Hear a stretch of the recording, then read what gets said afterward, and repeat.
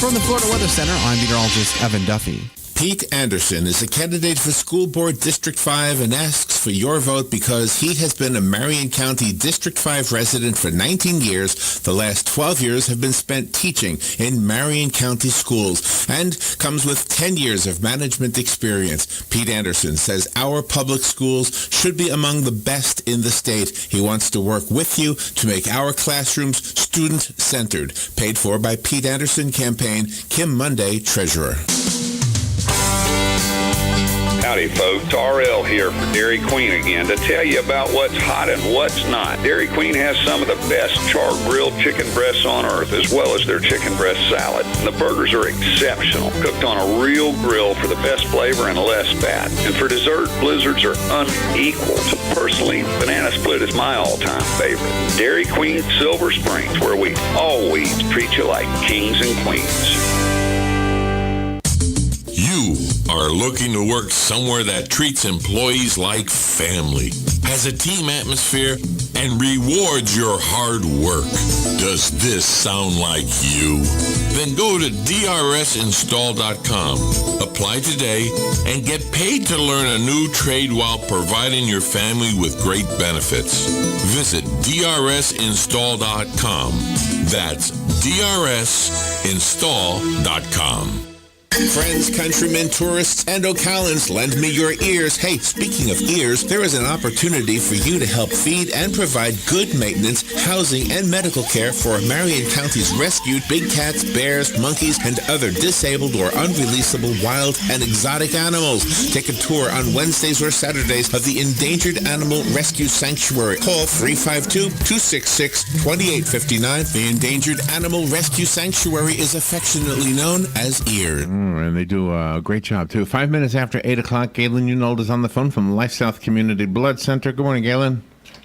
Hey, good morning, Larry, Robin. How are you all? Good. Where are you right now? I'm in Ocala, so I'll probably be here for a while. The rain on a Friday on the highway just doesn't mix. It looks like it's going to be a mess, yeah. I wanted to ask you something. Last Saturday, you had a special blood drive for Jaden, I think it was, a young boy, Yep. right? Correct. And Yep. Robin and I intended to go donate, but it was after 4. I can't remember what time. And I guess the blood center closes at 2 on Saturdays? Yeah, that's correct. Okay. Yep. So and we didn't realize that. We didn't get over there. Yeah, it was after 2, and you closed at 2. Just didn't know that we were busy. I can't remember what we were doing, but we were busy. Yeah, we were busy. Oh, we were here. That's right. We were rehearsing for that thing on Monday. That's what we were doing. Yeah. Anyway, we have a 20 after today. Frank White is coming on. He wants to be the state of Florida Attorney General. He's running for that office. Okay. Hey, I have a topic, but I might need to put it off to another day because you are related to Heather Locklear. She's your cousin? She's your cousin? That's correct. Yeah. So I don't know if we'll get to it today, but I have famous people that are related that you didn't realize were related. Okay. Okay, so we'll maybe get to that. Before we do, though, before we do the blood, I want to ask you real quickly, did you hear about this PBS documentary on Ted Williams? No, I knew there was one in the works, but I didn't know it was a PBS thing. I know it's been talked about, but I didn't know it was from PBS. Yeah, it says a new PBS American Masters documentary explores the life of Ted Williams and his volatile relationships with his family and the press. He was a complex guy. I don't think there's any doubt about that. I mean, when you look at his life and the time period it spanned and the impact he had on people, it's as profound as anyone you will find during his time, during his life. I mean, he fought in 2 wars, was a fighter pilot, was an exceptional fighter pilot in 2 wars, had a huge impact on the game of baseball and those around him. And then even after his playing career, he was a profound person. I don't know. It's hard. I've been around a lot of people who are, had that it, whether it was Tiger Woods or Michael Jordan or, Ted. But Ted Williams was in his 70s when I met him, and he just exuded this it. That wherever he went, he was the alpha male. He was the one that everybody in the room looked at and went, "Oh my God, I'm in the same room as that guy." Oh wow. And that's impressive. And I've seen him. I was there, and it's on YouTube. But I was with my father when he interviewed Ted Williams and Arnold Palmer at the same time. And this is right after Arnold Palmer had won a big event, and we were down in where were we? I forgot where we were, in Claremont. And and the room was there really to see Arnold because it was a golf community. But when Ted walked in the room, everybody just stopped and said, "My God, that's Ted Williams."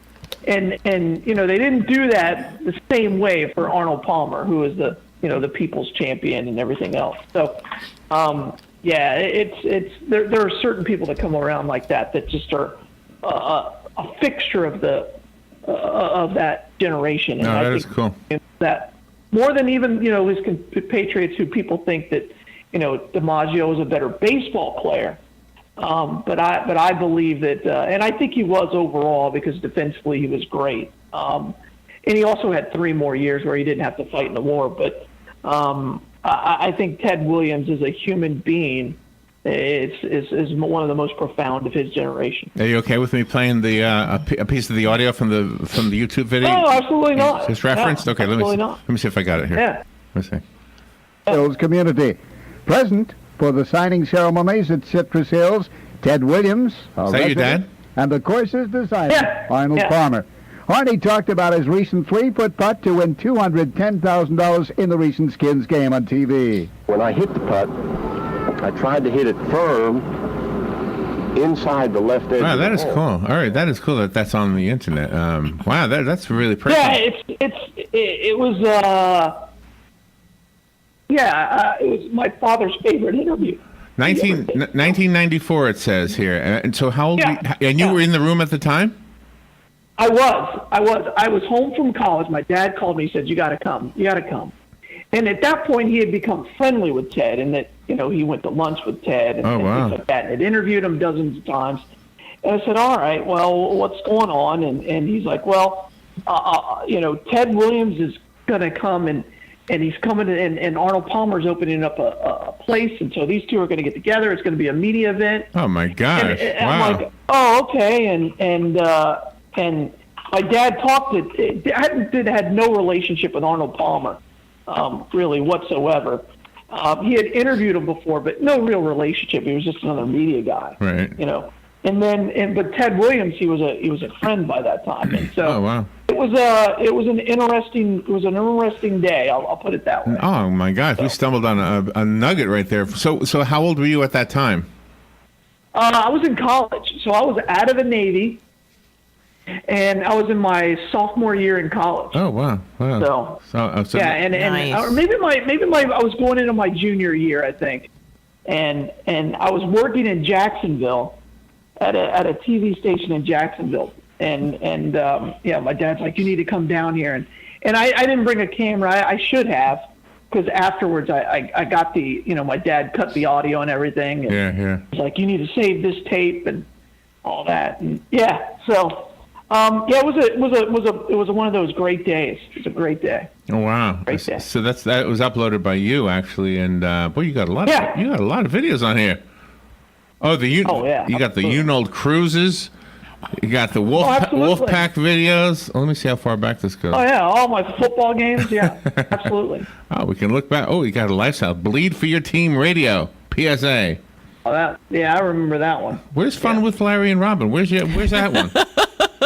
Those you post. I don't have to post them. Yeah. Oh, that is kind of fun. Oh my gosh. How's the blood supply right now? Again, we're kind of right where we're at. We're just trying to get to a 3-day blood supply. I just haven't gotten there quite yet. So what we need is we just need people to get out there, give the gift of life, donate blood, make a huge impact on your community by donating blood. Ted Yeah. would have wanted you to donate blood. Who would have? I don't know.